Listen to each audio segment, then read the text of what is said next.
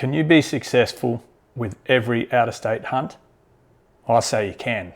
And today, I'm going to walk you through 5 tips that will help you do that.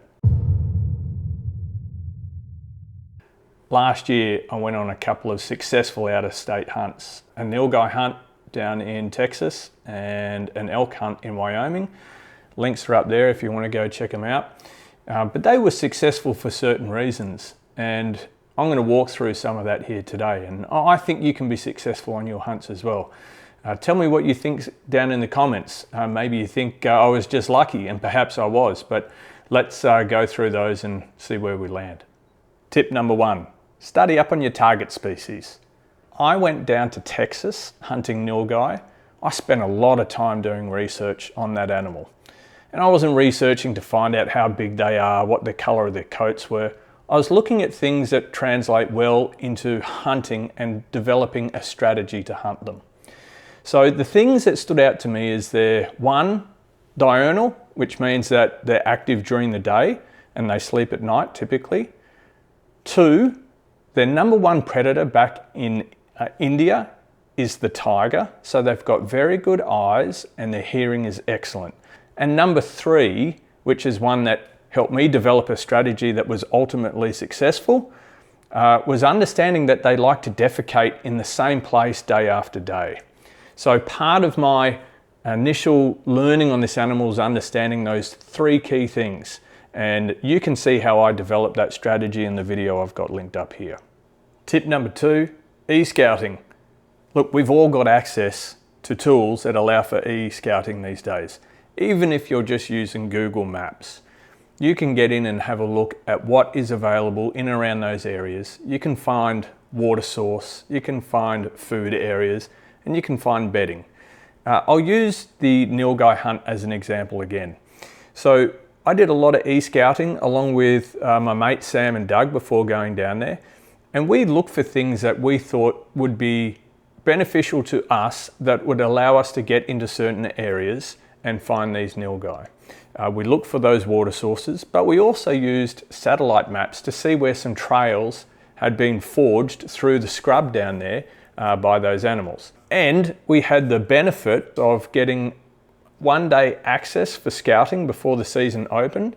So we used all of that e-scouting knowledge we had gained and went for a walk out in there and were able to tick off some good things that we thought might be nice. But then also we crossed off some stuff that turned out to be not very good at all. So use that e-scouting to your advantage. And that leads me to tip number 3, be flexible. You can do all the scouting in advance, but if it's not working, be willing to change. There was some smart bloke a few years ago. He said, or he was quoted as saying something like this: the definition of insanity is doing the same thing over and over again and expecting different results. Don't be afraid to learn. Learn from your own mistakes, but learn from others. On that nilgai hunt, Sam, Doug and I would debrief at the end of each day. We'd come back, have a meal, drink a couple of beers, and we'd talk about what we had learned being out in the field that day. The information we gathered on days 1 and 2, we put together a strategy for day 3. And we all went out to execute that. And we also used information that we garnered from other hunters and some of the locals in the area. And it turned out to be pretty successful. But that comes to probably the most important of my tips here, number 4. And that is speak to other hunters and get to know the locals.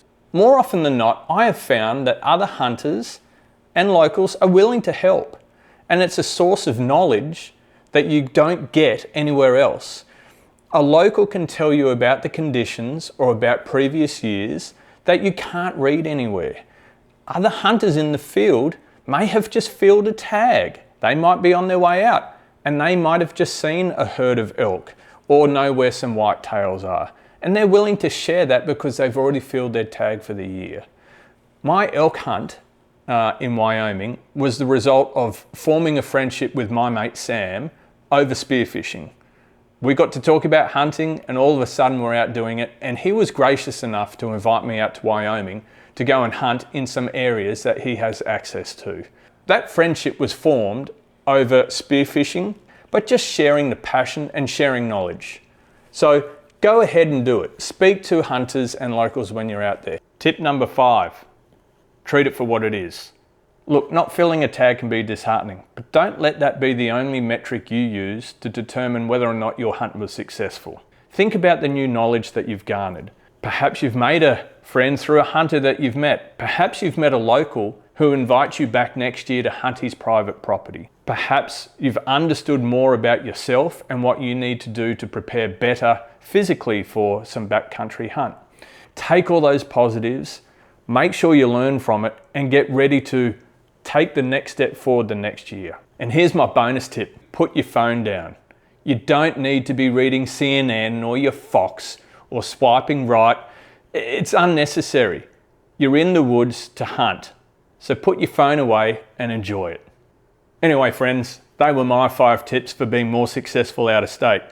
Tell me what you think in the comments, hit them up. Maybe you've got some good ones to share as well. Punch that like button, hit the subscribe, and we'll catch you on the next one.